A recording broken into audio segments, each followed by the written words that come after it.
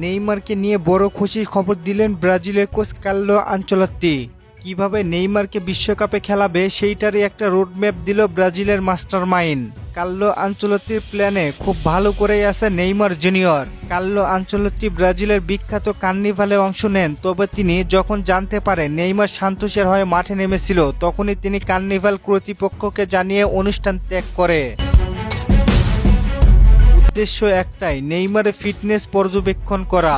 Carlo Ancelotti ও তার coaching স্টাফরা বিশ্বাস করে ফুটবলার হিসেবে নেইমারের কোয়ালিটি নিয়ে কোনো সন্দেহ নেই, তবে ফিটনেস ইস্যুতে তারা নেইমারকে ফুল ফিট চায়। কার্লো আনচেলত্তি শুধুমাত্র এই বিষয়টি সিবিএফকে জানিয়েছে।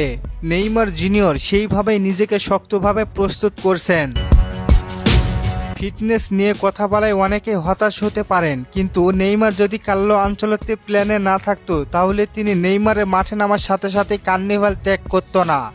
আর মজার ব্যাপার হলো, কার্লো আনচেলত্তি যখন কার্নিভাল ত্যাগ করেন তখন ব্রাজিলের সময় রাত 9:30 এবং তখন কার্নিভালের মূল আয়োজন শুরুই হয়নি।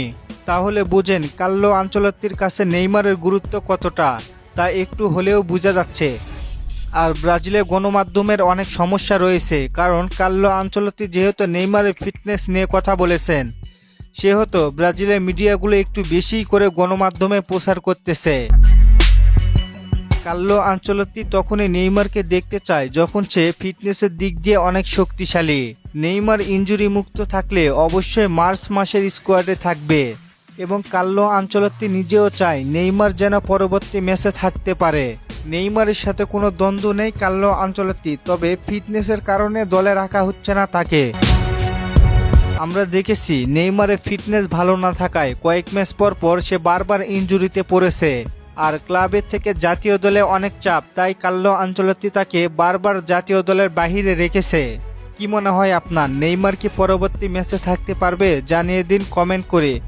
আর ফুটবলকে নিয়ে নতুন কোনো প্রশ্ন থাকলে করতে পারেন, পরবর্তী ভিডিওতে রিপ্লাই করব।